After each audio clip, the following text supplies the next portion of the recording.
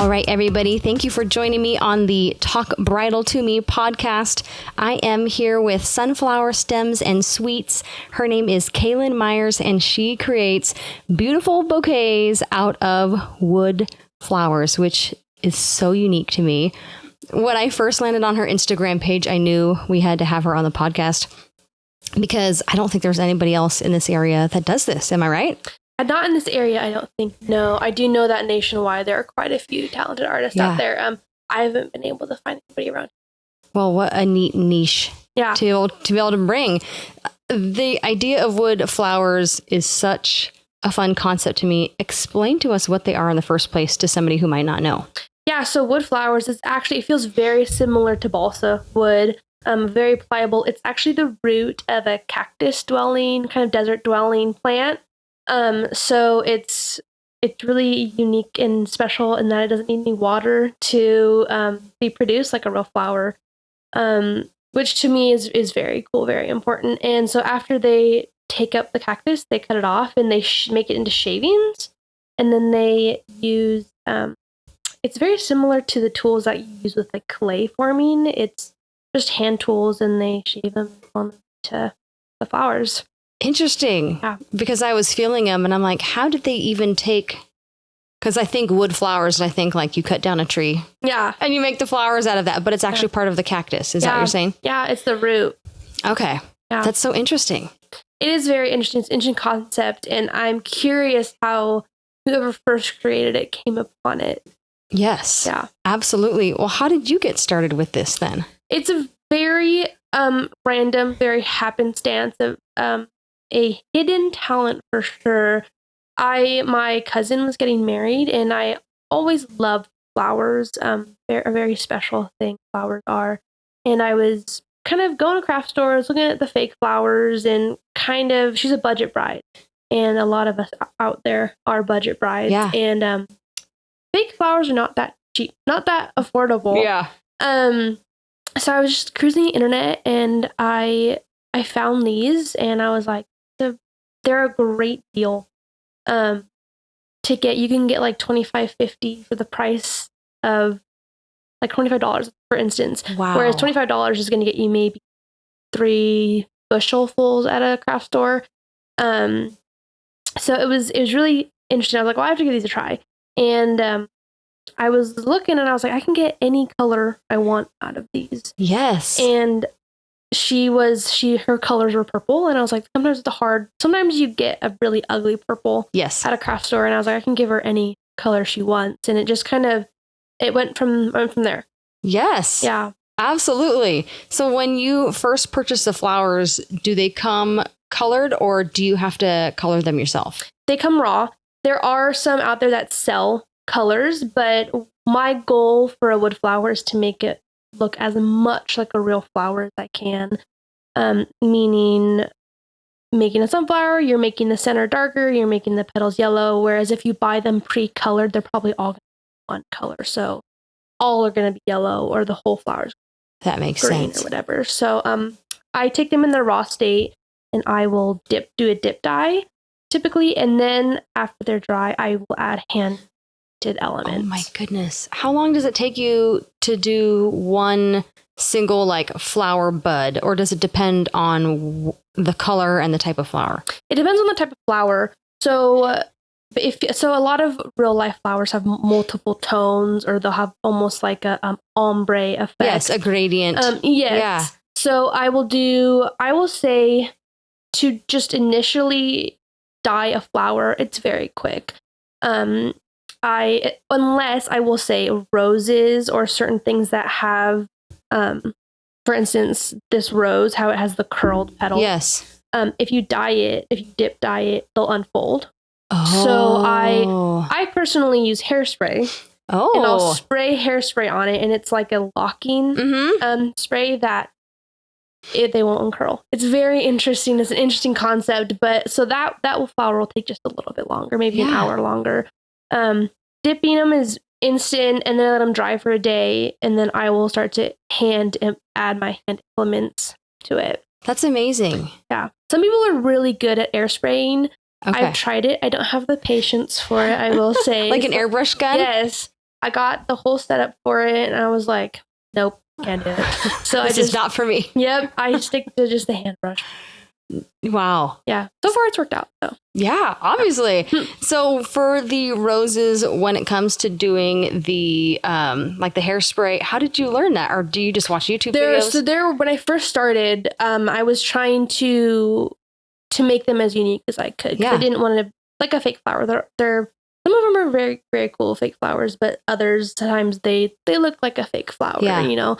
And I wanted to try and see how close I could mimic a real flower. So I YouTubed all of these videos.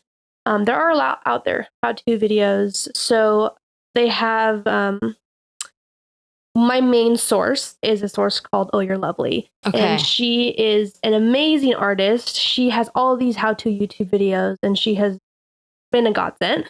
So I've really watched a lot of her videos on how to use and just different techniques on how you can make these flowers your own. Absolutely. When it comes to the actual painting of the flowers, do you use a special type of paint? Acrylic. Okay. Nope. I think that that's what everybody seems to use. I've noticed. Okay. I've been a part of a few Facebook groups where they kind of talk back and forth. I think some people have tried spray paint, but it makes the flowers really stiff. I will say that with the paint, I also add vegetable glycerin. I was going to ask if you use like a mixing medium to kind of like change the opacity. So what I do is I will take some acrylic paint, a little bit of glycerin, kind of the same amount, and then I'll add water to it. Okay. And that's what creates the full dye effect. And even with the glycerin plus the water, it stays on the flower. Yeah. That's amazing. I know. It's a really interesting concept. It is. Yeah. Do you feel like the flowers fade after a little while, or do they stay true to color for quite some time? I've been doing this for about 3 years. My mom has a bouquet that has not faded. Wow. Yeah. I will say, just like anything, if it sits in your house, it can develop dust, so that can make it look faded. But I found that a hairdryer works best to just, kind of get the dust off and bring it back to life. Yeah. That makes sense. Well, and they look incredibly real. I know you brought some to kind of show. So if you're watching on YouTube, you get the benefit of being able to see. Would you mind showing us one of these bouquets? Because you got out of the car and I was like, oh my gosh, these are amazing. Yeah, you can just set it right there. Maybe tell us a little bit about what goes into creating something like this. It's a lot of just how I learned is I just went for it. I was all in, and you kind of learn by mistake. There are a lot of mistakes I've made in letting them be too wet so that all the roses uncurl, and that's really not what you want. No. You want them to stay as unique as they come to you. So I watched a lot of floristry videos just from real flowers, wood flowers, fake flowers, kind of get how do you make a beautiful bouquet? What are the concepts you need to kind of grasp before you do it? And from there, it's kind of, it's weird because it just kind of comes to you, I look at it and I'm like, what would I start with the colors. I start with the color scheme. Yes. So for instance, this is kind of an earth tone color scheme. So I went with earth tone green. And I just start making. I start grabbing stuff and I put it together, and I grab for instance, the flowers I dyed. So these ones again were earth tones. Yep. So I start kind of grabbing bundles and just add on. And I start with what I call a really rough proof. Yep. So for instance, I'm doing a wedding right now, and I sent her first proofs this morning, and I was like, this is very first pass, very rough. Give me your full feedback. Yep. Before I start dialing it in. And most of the time, the first one is really ugly.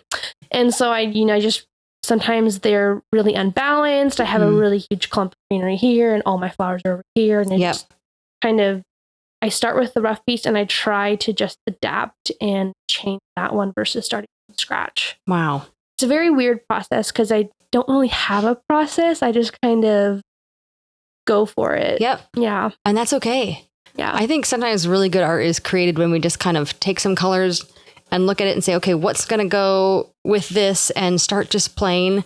I know my sister she used to make wreaths and had a wreath business. And it was very similar to that. She'd have like her wall of fake flowers and she would just kind of start pulling and putting stuff together and seeing what looks good. Yeah. I forget, I think they're called mood boards. Yes. And I kind of, my little studio is, there's different paint and colors all over the place because it's not really like A plus B plus C. It's more like A, Z, G, 3, 4, and you just kind of come together. Elemental P. Yes, exactly. Yes. Yeah, absolutely. Well, and they look amazing. And I know in a past conversation you said bees try to pollinate them and people try to smell them like they look that real. It's the highest compliment. It really, really is. Yes. And I let them try to smell for a while, and then I'm like, what? Like, I did a craft show last year, and I let them kind of just, I get a lot of scowls because people don't understand what it is. Yeah. And then they try to smell it, and I'm like, deal. And so it's just a huge compliment. Absolutely. Yeah. Yes. So what are people's typical reactions? A lot of it is confusion because it's not widely known. It's still very a niche, like you said, niche. And I get a lot of questions as to how, if I make them, which I do not. The real talent is how they form. It really is. I don't know how. I've tried it. I don't have the patience for it. Yeah. The people who do that are really talented. I get a lot of questions about dust, like I said. It's just people love that they can keep it forever. Yeah. That's a lot of the comments I get from brides is, I get to keep this forever. And the last wedding I did last summer, they got to give away some of them as gifts. So, I mean, sometimes when there's gifts at a wedding, it's a very generic, like for us, we did wildflower seeds. It's very generic. Yeah. But if you can give a little bit of your wedding to, say, a grandparent or something that they can take home, it means a lot. I know that my cousin's wedding, they gave away some of their centerpieces to family, and they're still there now. So it's very special. Absolutely. Yeah. What a neat legacy. And as far as preservation, can people put like a dust bag or something over it? Like if they were to store it and have like seasonal bouquets, because I'm thinking you might have your Christmas bouquet and your summer bouquet. How are some ways that people can store it practically? Because I know for me, when my husband and I got married almost 12 years ago, we got our flowers and I was like, I'm going to keep it forever. And they were roses. And by the time we had moved our fourth time, it was just like crumbling in a box. And I'm sure these are delicate, even though they're not real. So what are some ways that you can store it effectively?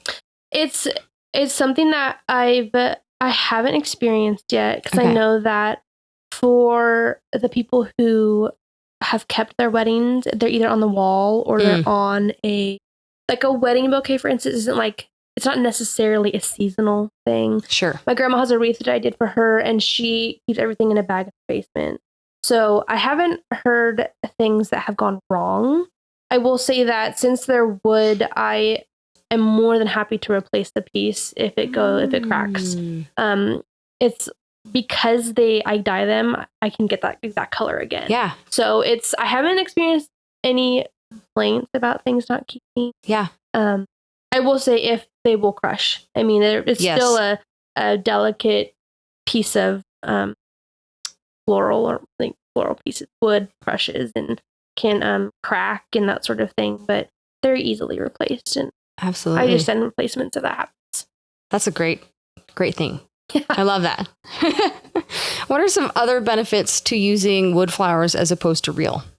I will say, other than, I mean, for me, I think it's really great because you don't, a lot of times flowers, especially in a place like this where pretty harsh climate, they're shipping from either out of the country or out of the state, which these are also shipping here, but they don't require water or refrigeration. So for those who it matters a little bit less of a climate impact, I will say that my goal is to recreate a real flower as close as I can. Absolutely. So if you love orchids, that's a high premium flower typically, but for wood flowers, it's not going to be a premium flower. It's just, the same flower. So a little bit less cost, especially if it's out of season. Like when I got married, some of the flowers I really wanted were in season. So if you want them, you either pay a premium or they're just not available. So that's not really a problem for wood flowers. Let's say you are dreaming of a winter wedding and it's in the middle of Montana and it's snowing. I will say that that's not a worry. We can get you whatever kind of flower you want. That's amazing. I love that because I know I've talked with florists and they do say there's a big seasonal gap. Yeah. As far as what you can get at certain times of year, and you don't have to worry about that. And you don't have to worry about keeping them fresh. Right. Or you can probably also put them together way farther in advance than a real bouquet. Am I right? Absolutely. Yeah. Yep. And I've done that so some brides are very wishy-washy, which is totally fine. We've all been there. Luckily, I can reuse them. We wanted one sort of centerpiece, but that's not going to work out anymore. I can at least reuse them. Whereas I don't have to charge you for those flowers. We can reuse them and, not have to do a whole new order, basically. Yes. So there's a lot less waste. Yeah. I love that. Yeah. And it's been really great to be adaptable. Like when my cousin got married, it was very hot summer, very smoky. And her pieces were outside all day. And, wasn't burning, wilting. So I know that's sometimes, at least here in, really hot climate, that can be a big problem. In July. Yeah. When your reception is outside. Yep. Exactly. Absolutely. Price-wise, are wood flowers typically less or more than real flowers? It really depends. So it kind of goes back to the specialty flower. I mean, some flowers are premium. A lot of roses, that's a premium flower. A orchid is a premium flower. And that's not really a problem for wood flowers. So it really depends. If you're doing a smaller bouquet with typical flowers of real flowers, it might be a wash. If you're doing a really extravagant piece and you want all of these beautiful, extravagant flowers, wood flowers are probably the way to go. Okay. Yeah. Wonderful. What are some of the goals that you have for your clients? Whenever I love working with brides because it's such an exciting time and you are just happy. And as someone who works with brides, it makes you happy because you want to make them happy and make that day feel really special. I did all of the things for our wedding. I did all of the decorations and all of the planning. And so my goal with the bride is to take the stress out of at least one portion of your wedding. Give a bride or a groom, whoever you're working with, I happen to only worked with brides so far, is trust. You can trust that I will take your vision and make it happen. Yeah. I know, at least for me, when I was planning our wedding, I was a control freak because it's your day. You have this vision. And, Pinterest is really a blessing and a curse at the same time because you want that Pinterest wedding. And that's what you plan for. And that's what you envision. And then the day of, you don't get to do any of it. Right. All of your trust is in someone else's hand. And I do my best to try to take that anxiety away. I will be the one setting up your pieces. I'll keep the bride or whoever it is as involved as they want. If they are a control freak like I was, I'll get everything that you want down in writing and make sure that that's executed on your day. Yeah. And that's other than my personal goals in your bouquet and trying to make it look as much as a real flower as I can and give you all the looks you want. Biggest thing is stress. Yeah. Absolutely. So say a bride inquires with you, kind of what is your first step in figuring out what their vision is for their flowers? I'm big on photos because a lot of what I do in trying to make a flower look as real as I can, it's based on photos, really. So I'm really encouraging on Pinterest boards and any photos they want to show me of their dream bouquets or that sort of thing. So it's kind of like, I use the term a lot and it's not that appealing, but I use the word vomit. Give me all of your ideas, all of your Pinterest boards, all of your dreams, and we start from there. And then I started try to start a dialogue with narrowing down because some brides don't know what they want, and that's totally fine and that's expected. And so I do have a lot of communication and like, where's your venue? What time of day is your venue? And because a lot of times I get from brides, it's a huge honor is I trust you. I trust your vision. And so I try to take what they want and use kind of what I think might best fit for their color choice, their time of year, their venue, and kind of go. I give them, after we're kind of down the road and we've narrowed down what she wants in her look, I'll do a proof and I'll get kind of a final sign off on what she's looking for.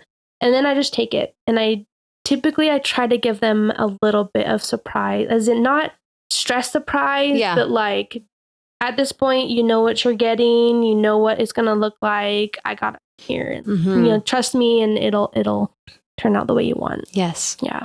You want to be able to hand them their bouquet and for their eyes to light up. Yes. And just feel that joy. And I think also too, there's a difference between seeing a proof in a picture and actually holding it in your hands. Yeah. And there's something magical about the wedding day when everything is finally coming together. And I think it's so wonderful that you create such a timeless piece that they can have and have for 10 years, 20 years down the road, and be able to look at that and just be able to relive those memories. Yeah. And smile. I think it's, if I had known about these, I probably would have done that on my wedding day, because I tried to save my bouquet. Like you said, it did not go well. And I think there's really something special, because a lot of times you as a bride don't remember your day. Yeah. All of the stress is finally coming down and everything's a blur, and all you're hoping is that someone doesn't give a drunk speech or something like that. And when you have the flowers that you can look at, you can hope fill you with happiness and give you a little bit of remembrance for that day. Absolutely. That you may not feel in the moment. Absolutely. Yeah. Well, Kaylyn, is there anything else that you feel is important for brides to know about how you operate, or the flowers, or anything else you'd like to let listeners know? I will say, I get it. The thing for real flowers, they're stunning and beautiful. And I have a flower farm where at our house, like I totally get the love and desire, because real flowers means elegance typically. And I will say, don't count out the wood flower. If it's not for your wedding, it can be a wedding piece. Like right now I'm working on a 1-year anniversary piece. So I'm recreating their bouquet and putting it in a picture frame. Oh, I just got chills. So, I love that. Yeah, it's really special. And I think that there are some really, no matter where you are in the States, there's someone who can create a beautiful moment for you with these wood flowers. So absolutely. I think that they are up and coming, and I think that they're a great opportunity to give you the exact look that you want without paying the premium for it. Absolutely. Yeah. Well, where can listeners find you online? Instagram, or my website is getting a facelift right now. Fun. So Instagram or email really is the best place. Sunflowerstemsandsweets. I'm always available. Wonderful. Yeah. Thank you so much for coming today. Thank you for having me. This is my first time, and it was really exciting, and I'm excited to see where it goes. Absolutely. Thank you.